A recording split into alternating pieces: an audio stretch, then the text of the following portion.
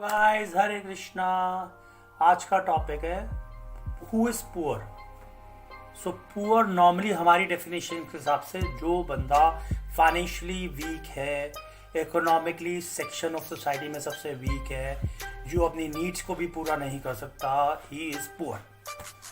पर हमें डिफाइन करना पड़ेगा पुअर की definition from our living and life perspective. अब आप समझिए।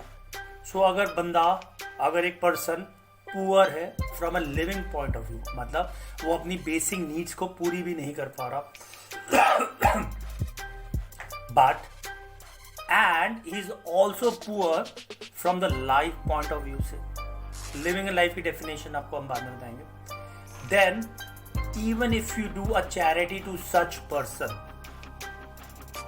This will not improve your karma, rather this will degrade your karma। पहला ही हो गया। दूसरा है if a person is poor from the living point of view, कि वो अपने बेसिक नीड्स को पूरी नहीं, बहुत गरीब आदमी है, but he rich in terms of his life, then if you contribute amount to such person, then you are doing justice to such person, to your karma। सो अभी तक ये समझ आए कि अगर पर्सन पुअर है लिविंग पॉइंट ऑफ व्यू से और सिमिलरली पुअर है from life point of view से, तो अगर आप उसको चैरिटी करते हो तो कोई भी आपको फायदा नहीं होगा। अगर पर्सन पुअर है from living point of view से पर रिच है from the life point of view से, तो अगर आप उसको चैरिटी करते हो तो आपको बहुत फायदा हो जाएगा। तीसरी कैटेगरी का पर्सन होता है कि अंदर बंदा बहुत रिच है, ही इज सुपर रिच, पर from life point of view से ही इज इकोनॉमिकली पुअर। वो फाइनेंशियली पुअर नहीं होगा, पर उसकी जो सोल है वो इतनी पुअर होगी, इतनी पुअर होगी, इतनी पुअर होगी। फॉर एग्जाम्पल आप देखो, लोग बहुत रिच है पर बहुत सारे बैंक फ्रॉड हो जाते हैं और लोग भाग जाते हैं देश छोड़ के। This is the worst category of human beings. तो अगर आप उनको हेल्प भी करते हो तो you are degrading your karma. Last category है person is rich in terms of living और similarly he is rich in terms of his life, then this category is an 100% super rich category. So they are doing the justice what the Lord has provided to them.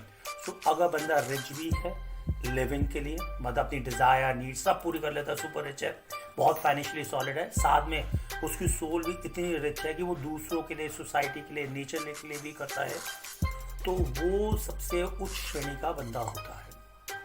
Life का मतलब होता है कि आपको beyond the body सोचना है, आपको beyond the desire सोचना है, आपको डिज़ायर के नीचे जो नीड्स होता है उसके बीच में बैलेंस करना है। जितनी आपको ज़रूरत है उतनी आपको रिक्वायर्ड होनी चाहिए, और आपको हमेशा सोल के बारे में बात करनी है, और आपको रिस्पॉन्सिबल की पता होना चाहिए कि ह्यूमन लाइफ की रिस्पॉन्सिबिलिटी क्या है। पर लिविंग का मतलब ये होता है कि आप इग्नोर कर रहे हो कि हमें इंसान क्यों बनाया है भगवान ने, पहला। सिमिलरली हम अपनी बॉडी को आगे रखते हैं, तो जब हम शरीर को आगे रखते हैं तो जो हमारे 24 सेंसेस होते हैं शरीर की, आँख, नाक, कान, हाथ, पैर और बहुत सारे सेंसेस होते हैं, वो आपको हमेशा सेंस एंजॉयमेंट में आपको इन्वॉल्व करेगी, और हमेशा आपका जो डिज़ायर होगा वो अनलिमिटेड होगा। तो आपको लिविंग और लाइफ में डिफरेंशिएट पता होना चाहिए। आपको पता होना चाहिए किस कैटेगरी ऑफ पर्सन को आपको चैरिटी देना चाहिए जिससे कि आपको फ़ायदा हो, आपको कर्मा आपका इम्प्रूव करे, और किस कैटेगरी को हमें चैरिटी नहीं देना चाहिए क्योंकि हमारा कर्मा वो डिग्रेड हो जाएगा even though he is financially poor. So आप देखोगे बहुत सारे लोग होते हैं बहुत गरीब होते हैं पर पान, बीड़ी, तंबाकू, सिगरेट पीते हैं, उनको अगर आप दोगे तो आप उनके डिज़ायर्स को और ऐड कर दोगे, तो आपको फर्दर इम्पैक्ट कर जाएगा। अगर बंदा बहुत गरीब है पर सोल से बहुत रिच है, वो नहीं करता है इन चीज़ों को, उसको बस अपनी बेसिक चीज़ें चाहिए, भगवान का नाम लेता है, बेसिक चीज़ें चाहिए, भगवान का नाम, बहुत गरीब है, उसको आपको मदद करनी चाहिए फाइनेंशियली भी, और आप फूड खिलाओ, खाना खिलाओ, कपड़ा खिलाओ, वो राइट पर्सन है आप जिनको चैरिटी दे सकते हो। हरे कृष्णा। आई होप आपको मेरा टॉपिक अच्छा लगा हो। अगर आपको अच्छा लगा हो आप मेरे चैनल को सब्सक्राइब कीजिए by the name of design team CA Varun M Gupta. धन्यवाद।